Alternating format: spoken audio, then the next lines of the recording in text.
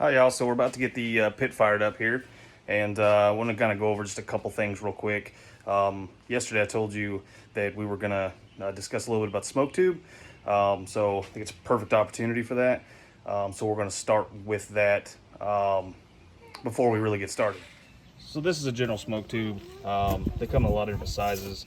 This one is adjustable, adjusts from 11 to 18 inches. I do like that because for smaller cooks, you don't have to. You can set it up for what works best for you. So there it is. Again, just wood pellets. I'm going to show you the difference, what kind of difference it makes. Some people don't like these. I don't know why. There's a lot of false information out there that it's just smoldering wood and gives you bad smoke. There is some validity to that, but you know, you're talking about an offset smoker. The only thing you're doing is smoldering wood to get smoke and heat. So in reality, I don't understand it. These were a game changer for me when it came to the pellet grill. Again, like I've said, some people call these easy bake smokers. Again, some validity to that.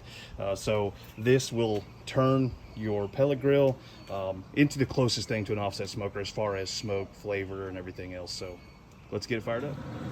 All right, so we got some smoke coming out of the pit boss. Got it fired up, 230. The smoke tube is burning. I use a little bit of lighter fluid to get that going. Let it burn for about 20 minutes, and then we'll get it up. And we'll show you what you need to do with it.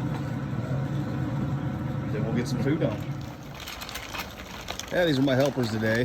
My barbecue helpers. Out enjoying the nice weather. All right, so the smoke tube's been burning for about 20 minutes or so.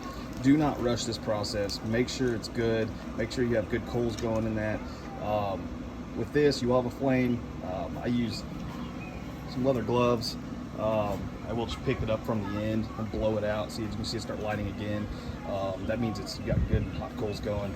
So before you put it in, you want to make sure it's blown out. Make sure you got some good smoke. All right, so I want to show you the difference with the smoke tube and what that makes.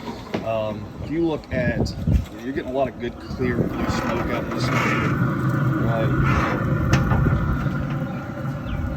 Which is good, which is a good thing, right? We just want a little bit more. So let me show you what it is, what it looks like with the smoke.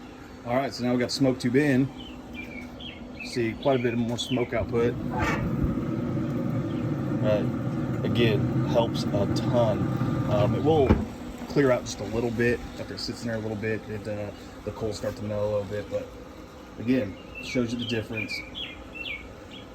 It is a game changer to a pellet grill. Now, what we got on today, super simple. Strip pork loin, a couple chicken breasts, got a few other things we're gonna throw on here in a little bit. All we did with this, easy prep work. Put a binder on it. I use mustard. I love the way the flavor profile that it adds, and a simple rub. I will put the rub recipe in the link below in the comments, but just let them sit, rub it on there, let it sit for a couple hours before you put them on. People always ask, how do you get your chicken to taste that good? No joke, right? First off, we use quality pellets, okay? I've got Freedom Fuel in the tank today. I did have that in another video. It's web exclusive for Pit Boss right now.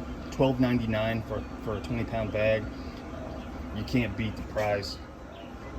So we're gonna let this cook for about an hour, then we'll check on our chicken breasts. The pork loins will take a little bit longer. The general guideline for chicken breast is about an hour, hour and a half at 225 or 230. Again, you never want to cook to time. You want to cook to temperature. So make sure you're checking on them regularly. These said they're very quick. With the chicken breasts, you'll start seeing they'll start getting a nice caramel color to them. That's when you really want to start checking them. And then the pork loin's going to run anywhere with those strips. If it was in whole, about an hour and a half to 3 hours. I'm guessing it's probably going to take about an hour and a half. So some people say set it, forget it. You can do that with some things you can't. I will have all of this charted out on my website when it goes live. So stay tuned for that. We're gonna blueprint each meat, the different cuts, the sizes. We're gonna narrow it down to temperature, and we're gonna get all that to you as well. So I'm not gonna get real deep into it. All right, so it's been about an hour and 25 minutes. We're pretty much there. A few other things on here. Chicken's done. The pork loin needs about another probably 10 minutes or so, but finish up the corn and we'll get it pulled off and we'll show the results. All right, and there you have it. It's gorgeous, tender. Came out really well. You can see the good smoke ring, smoke profile on this one. The chicken is just pull apart, very tender. So make sure you like and follow for more videos. And again, super beginner basics. We're going to get really deep into a lot of the different sciences behind running a smoker. So stay tuned.